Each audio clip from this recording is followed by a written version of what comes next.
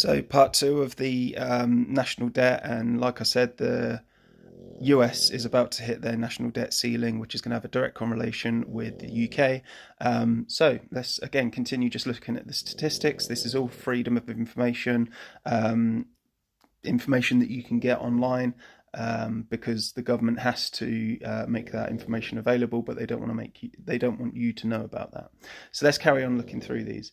So, like I said, the national debt by the UK government data is at 1,811,360,236,000 pound, and that just keeps going up. Again, I'll show you that to you if you don't believe me. Carry on with the statistics. So every second that goes up by £1,662.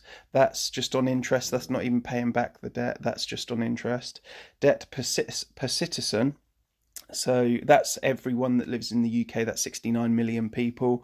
That's £27,209 for everyone that lives in the UK.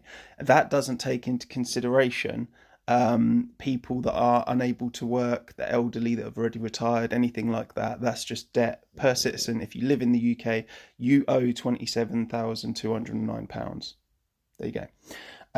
Debt as a percentage of GDP. GDP is basically gross domestic product. That's how much the UK is basically worth, how much production we have in the UK, all things like that. So basically, when the GDP hits 100%, that means total loss, total breakdown of society. And that is a point that is basically you're not going to return from for decades to come. Okay. And like I said, when this happens, and it will happen, it has to happen, your pension, things like that, benefits, all gone, everything gone. So GDP at the minute, and this is the government data, is at 84.15%. When it hits 100%, gone. Okay.